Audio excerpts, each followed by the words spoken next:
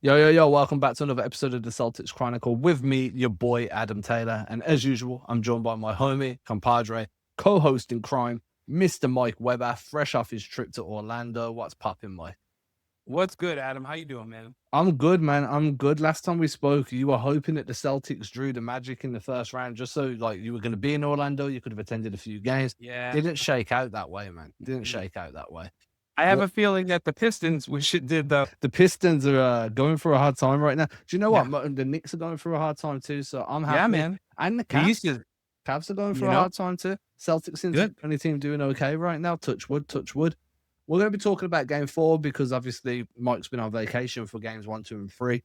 So we're going to just jump straight in at game 4, where the Celtics managed to extend their lead in the series to 3-1. They're heading back to Boston in a potential win or go home game for Philadelphia. Ideally, I want the Celtics to wrap this up. We predicted a gentleman's sweep before the series started. And the main reason I want them to wrap it up now is because this Knicks series looks like it's going to go 7 games between them and the Hawks. And ideally, you want Boston to wrap it up in 5 so they get the additional rest and practice time before going into a series against one of those two teams. Before we can get into that, though, we need to get into what we saw from the Celtics. And I want to start with the addition or the reintroduction of Joel Embiid to the Sixers and why that gave the Celtics some additional opportunities to shut Philly down defensively. Boston have held Philly to under 100 points in 2 of the 4 games, played some lockdown defense in game 4. Mike, how are you feeling coming away from that one? Yeah, I was not nervous about Embiid coming back. Although my initial reason for that, Adam, was thinking he was going to be a shell of himself post appendectomy or whatever he had. Um, Kudos to Joel. I mean, offensively, he looked every bit the part. But that's not the issue. The issue is how his presence has affected the other guys on the team. The way the ball has kind of been centrally focused on him getting touches, which it seems like the Celtics have that mentality of if he wants to get his points, we're comfortable with Embiid shooting 25 shots. But hey, Maxey's not getting shots. We're good with that. That works out great. It seems like the ball kind of stopped a lot. And honestly, he's a liability getting up and down the court defensively, and he has been for a couple of years. And I think when you're the Sixers, the one thing you want to do is you want to play fast. You want to get in transition. You want to get into early offensive actions, drag screens, run 21s between Maxey and Edgecombe. However you kind of want to initiate or ignite those fast break or early offensive plays. That's when you're at your best because your best 2 scorers are just such crazy speedsters and they have like great shiftiness, exceptional ball control, body control around the rim, can play through contact. Once you reintegrate Embiid, as you mentioned, everything starts to slow down. They start to run more through Embiid. It becomes more of a half court team. And that just gave the Celtics so much more time to kind of close down their driving lanes, pick up guys off top lock on pick and rolls, deny dribble handoffs. And now the Sixers are playing at a tempo that doesn't benefit their 2 best scorers. It benefits Embiid and George, but if we're being honest with ourselves, those 2 guys aren't the ones that Celtics fans are scared of right now. It's the Maxey and Edgecombe duo. If you're taking away the early opportunities for those 2, and they're not really playing in transition because Boston are dominating on the glass, then it's a really difficult time for Philly, and it's hard to see how they're going to be able to put up enough points to be able to do anything that's going to keep them in the game. So I think that it's going to be interesting to see how Philly adjust because obviously Embiid needs touches. He's their star guy, but he's just the tempo he's playing at isn't conducive to Philly being a threat in game 5 at the moment. He's definitely a ball stopper, and it's weird because it kind of shows you something about basketball, it being a chemistry sport and a team sport. He is obviously an elite offensive player. There's no doubt about that. But at the end of the day, Maxey shot the ball 14 times and Edgecombe shot it 9 times for the game. I think combined they had 23 shot attempts, and that's, I think, less than both of them had separately the game before and the game before that.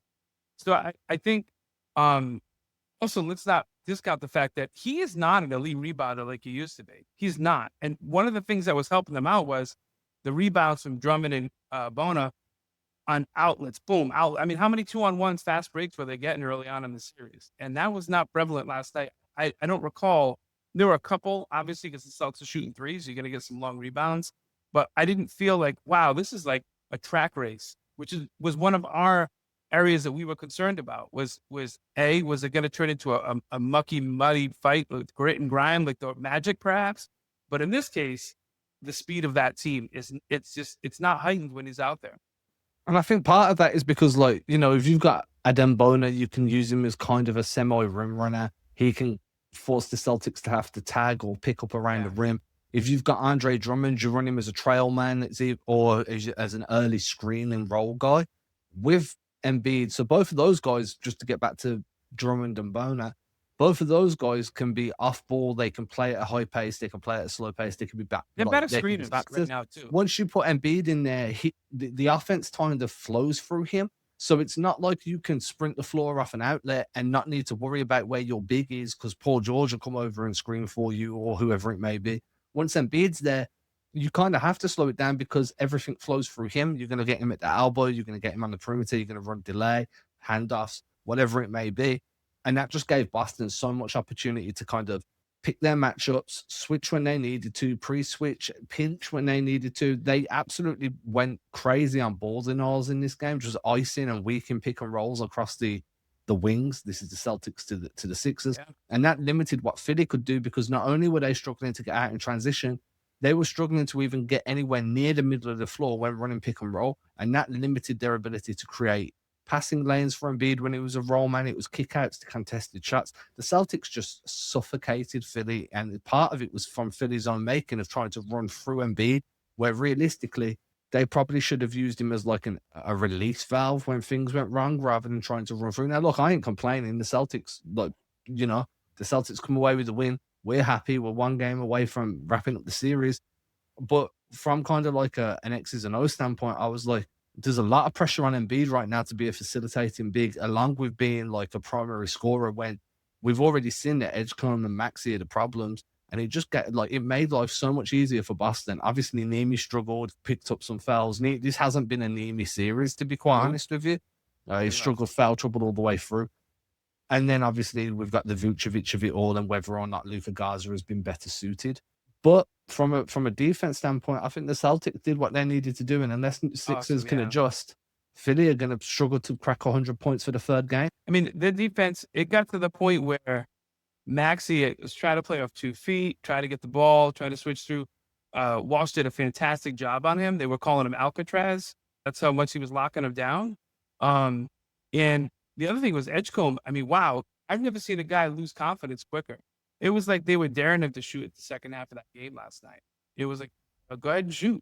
And he was bricking him. Like, it was weird how a guy went from looking like Dwayne Wade reincarnated, the camera with all that swag, and all of a sudden the Celtics just had completely suffocated them and gotten in their head.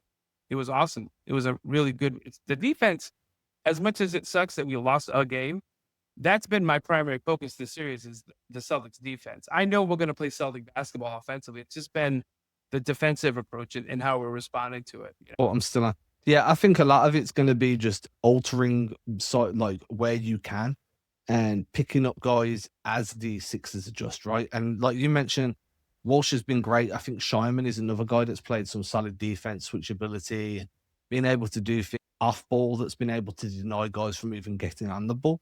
But part of it's also going to be, for me, how the Celtics continues to control the glass, because the way they've been controlling the glass has been giving them the ability to control the tempo. And that's kind of been a mantra for me for a while now. It's like, control the glass, you can control the tempo. And that's not always been the case for the Celtics. Even like game 2, when they got destroyed by the Sixers in that game, part of that will come down to rebounding, and the Sixers managed to control the rebounds, and then they get out in transition and off they go. And again, it all comes back to Embiid. It all comes back to having guys like Jordan Walsh that can play high pickup points. And look, I know me and you both said that we thought this was going to be a series for Hugo, and it hasn't been that way. It's been a series for Walsh, and I'm completely fine with that. But at the same time, I do think that the way they can control the rebounding is going to help control the tempo, and then the adjustments that Philly make is going to give you an opportunity to either double down on what's working or try something new, because we haven't even seen the Celtics start to turn the first page of their playbook. Nope. And kudos to Walsh. He is an excellent wing rebounder as well. Probably the best, if not one of the best rebounders on the team. Defensively too, I want to highlight, I encourage anyone to watch Billy Scheinman covering Paul George. It was kind of marvelous. I don't know another word to describe it other than to say that the things we have talked about this year about his defense and how he's covered elite players, it was almost like he wasn't even fazed by it. I'm talking about, I thought he did as good a job as JB and Tatum on Paul George in the limited minutes he got to play on him. It was pretty awesome. I recommend anybody watch it. Didn't bite on any head fakes, kept him in front of him, contested his jump shots, was fine with playing contested fadeaways on Paul. And that you're winning if Paul George is just basically taking contested fadeaways from 18 feet, 20 feet. Yeah, he's not getting downhill, then you're doing great. And look, Paul George is going to be fine in their mid-range and then contact because that's like a shot diet that he's had steadily for his entire career. But at the same time, if he's not pressuring the defense, forcing rotations and making reads out of it to the point where all of a sudden now you're overreacting to George and that allows the Sixers to run actions to get George open, then he's being a non-factor. And we said when we were doing like X factors coming into this series, one of the biggest X factors is what version of Paul George you're going to get. And this isn't the version of Paul George that is going to swing a series for you. He's been serviceable, but he hasn't been a star for them. I wouldn't class him as like a star contributor. He's been a passenger more than a star. Do you know what I mean? And, at this point in his career, maybe that's where he's at. And that's fine. Game 2 and 3, he got downhill a couple times and made some great plays to guys on the dunker spot. But for the most part, it's like a B- version of Paul George, and I'm great with that. That'd be great if you could stay that way. Yeah, I mean, I don't see him being an A+ version of Paul George in a meaningful enough way to swing a game. Now, if you have an A+ version of Paul George, a B+ version of Joel Embiid, and an A- version of Maxey and Edgecombe, it could potentially swing a second game. But we haven't seen all four, Embiid's kind of an outlier there because he's played one game. But we haven't seen all three of the other three guys go off at the same time all series and pretty much all season. So it's hard to be concerned about that. Now, from the Celtics standpoint, I feel like they've really figured out that if you contain Maxey in weak actions on the pick and roll, if you face guard VJ Edgecombe and kind of top lock him coming off pin downs and take away his ability to cut, and then if you just give Paul George enough room to kind of play himself into traffic, then you're going to be able to contain these guys. And one thing the Celtics have done great all series is stay in front of their man. Transition's been a bit different, obviously, but in half-court defense, they've done a great job of staying in front of their guys. And it's just limited what Philly can do. I just don't see how they're going to be able to break down the Celtics defense well enough in the TD Garden, mind you, to be able to win a game 5. Now, that being said, Boston have notoriously dropped games in the TD Garden during the playoffs recently. In fact, it's at the point now where I'm more like, and I said this last season, that they got to a point now where you're a little bit more confident of them getting wins on the road than they are at home. It's just the way it's been in the recent years. The game, what are we, 3-9 in game 2? Something like that. It's not been great. Odd like that. Very odd. It's a little flashbacky, but I think we have to expect them to give you their best punch, and I think in game 2 they did. Yeah, I'd say that's fair. And does their best punch look different now when Embiid's back? Maybe.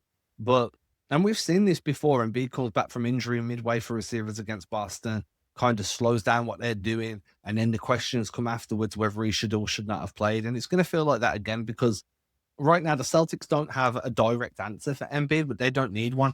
Embiid's kind of the answer to Embiid, if that makes sense. Now, but the idea I like is we saw Tatum kind of get switched on to Embiid and hunt him a few times defensively. We saw Jaylen Brown look to kind of drive through him. Pritchard had that one where he turned the corner on him and hit that one-leg fadeaway to win the first quarter with that buzzer-beating shot. The Celtics had no problem pulling Embiid into the action and attacking off him. They've done a really good job of that all series. They've done it to Drummond a bunch. It's just like 4 switches onto Drummond and attack that way.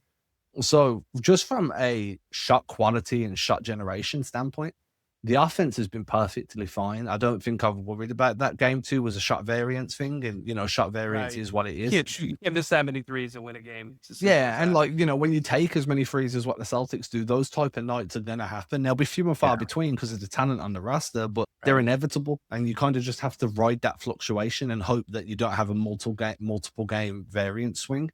Against New York last season, that shot variance kind of all accumulated over like a 2 or 3 game span, and you fuck. So it's a bit different here.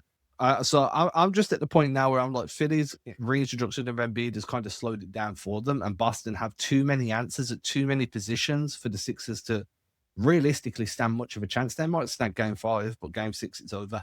You think we can ask Reggie Miller to start doing all the games? Because it seems like first up, Reggie's awesome. I know there was a lot of conversation about the Charlotte Hornet team doing game 3 here. But having said that, Payton Pritchard goes off when Reggie Miller is in the audience when he's doing color. I think it has something to do with that Peyton Clark comparison Yeah, during an maybe. interview or something like that. But if you watched Pritchard last night, every time he hit a three, he was yelling and staring at somebody, and it was directly at Reggie Miller. It was like, I'm him. I'm here for this. You put respect on my name, and I loved it. It was awesome. Last night was definitely a Payton Pritchard coming out party for the national audience who maybe isn't familiar with just how awesome a player he is. I think that if you don't know who Pritchard is at this point, then you need to get familiar. Dude's a 6th man of the year last season. One of the best bench players in the league, if not like top 3, top 4. Yeah. One of the Best guard bench player for sure. best, easily one of the best shooters in the NBA, off the dribble and off the catch, both ways.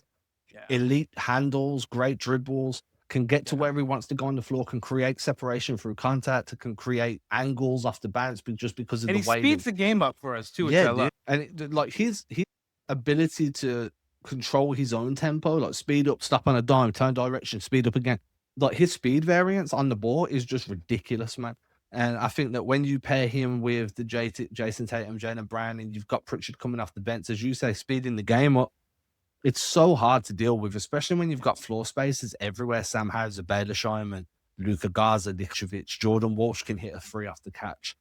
Like you've got so much spacing around that Pritchard's just got all the room in the world to just cook. And then if it's not working, his release valves are Tatum and Brown. It's a perfect trio. I really, really think that the Celtics fans kind of are spoilt with what Pritchard brings off the bench. Sure. Not a lot of teams have a guy coming off the bench. Well, nobody has a guy that comes off the bench and does his own version of the Oregon Steve Nash impersonation. It's kind of wonderful. It's great. Really, Dude. I'm a big Pritchard guy, a huge Pritchard guy. If anybody is wondering, you can go over to the Celtics Chronicle right now. You wouldn't be wondering because I'm about to mention it for the first time today. I spoke with Pritchard during the offseason coming into this season. He just struck a deal with Samsonite as like a brand partnership, and I got to speak to him about that. But we spoke about kind of the mentality coming into this season and having like gone through what they went through last year, what he'd been working on, and just kind of ways he looks to improve and give himself an edge. So you can head over to CelticsChronicle.com, subscribe over there, and then you can read that piece whenever you want, as many times as you want. So make sure you do that. Show some love over on this YouTube channel too. Hit subscribe, hit like. Last thing I wanted to talk about just before we let everybody get out of here, and we've touched on this a bit, is rebounding, but I wanted to touch on it from a Celtics perspective, right? So I wanted to touch on it because of Nikola Vucevic, and I know that not everybody has been sold on what Vucevic is doing defensively and what he's bringing defensively. One thing he is bringing, though, is rebounding, but I'm just curious, and we can keep this quite short, how much you feel like the Celtics would have been better with with Luka Garza this series, just because of the way the Sixers are hedging pick and rolls, and Garza creates so much separation as a screen guy, and he gives you the same level, if not better level of rebounding as what Vucevic does, and he hits threes at a very similar clip as well. So I'm just not sure whether this would have been better as a Garza series than a Nikola Vucevic series. I'm just wondering where you stand. He does the same thing that we love about Pritchard. Luka comes in, and it just feels like his screening is elite. We know he's one of the best screeners in the league. First off, I think Vucevic 10 years ago, maybe 5 years ago, we're having a different conversation. But Garza's screening, Garza's effort, Garza's energy, and honestly, he's a better three-point shooter than Luka. If we live in the present and we live in a data-driven world, he shot 43% from 3 this year. He's consistently looked like the same player in the playoffs so far. I think he gets a tough whistle, but I'm a biased Boston guy. But I think Garza absolutely, this is a Garza series, and I think Joe's picking up on that. I think we're seeing that too, because we went from Vooch starting the second half the other night to Garza starting to slightly cut into those minutes now, which I loved. I loved to see that last night. I put myself on mute and forgot. I think that Garza, like part of Garza's minutes are coming because of the foul trouble that's happening as well. Right. Though. And like I do kind of find myself questioning whether how much Luka would have played if foul trouble wasn't a variable factor in this series. But I am there and like, look, I think Vucevic is great. I think he brings veteran experience. He's got playoff experience. Like this is his first time playing for a contender. He's at the end of his, like coming towards the end of his career. He can hit. He's been hitting some big threes for the Celtics during this series, especially the last game or two. So I'm not saying that he doesn't deserve to be on the floor because he's being impactful, right? I'm just Mhm. like, from the pace that this series was at the beginning and the potential pace that we're going to see in Game 5, especially now Philly's backs are against the wall, and the way that they're so aggressively trying to take away the pick and roll from Tatum or from Brown or from Pritchard with how they're hedging and recovering. I feel like Garza's screening ability just gives you a little bit extra. It just gives you that little bit more space to operate, and it makes it harder to run that send two at the ball when Garza's just taking guys out of a rotation for 3, 4, 5 seconds while they recover from the impact. So I do wonder whether that's a change that Missoula will make, or at least, maybe stagger the minutes a little bit more between Vooch and Garza, just as a counter to the way I'm expecting Philly to come out and try and defend in Game I'm not 5. ready to put Vooch on ice like PJ Yeah, not at Brown. all. Not saying that, but I'm just saying maybe diversify the minutes a little bit better. That's Yeah, all. for sure. And look, man, I get that you keep the rotation short in the playoffs. I do. But I just feel that what Garza brings in terms of his screening is a great counter for what I'm expecting to see from Philly in Game 5. And he's an irritant. He's an irritant. Yeah. You can't And he just get the spaces the playoff. floor. And he does a bunch of good shit. And he's a great rebounder, especially on the offensive glass. And it seems to be when Embiid's on the floor, they're really struggling to control the offensive glass. So, I mean, what was there? There was a possession, I think it was in the first or second quarter last night. The Celtics had, 4 or 5 attempts on a shot Oh, it was because they awesome. just kept crashing and crashing and crashing. And the Sixers had no way of boxing out. They just didn't know who was coming from where. Imagine if Garza, I don't even know. Garza might have been on the floor at that moment in time. I'm not 100% sure. I'd have to go back and watch. Yeah. But It was either him or Nimi, but it was yeah, amazing. We had our wings were just tipping the ball out. It was fantastic. it was just like, that's me, give me that. So again, that's just kind of where I wanted to leave that, just to see if anybody wants to leave their 2 cents in the comment section. Again, we'll be back again tomorrow. Mike's back now from his trip, so we can get back into a rhythm. With that, everybody, have a great night. Deuces. Have a great day, because I'm releasing this tomorrow. Have a great day. Deuces. Okay, but So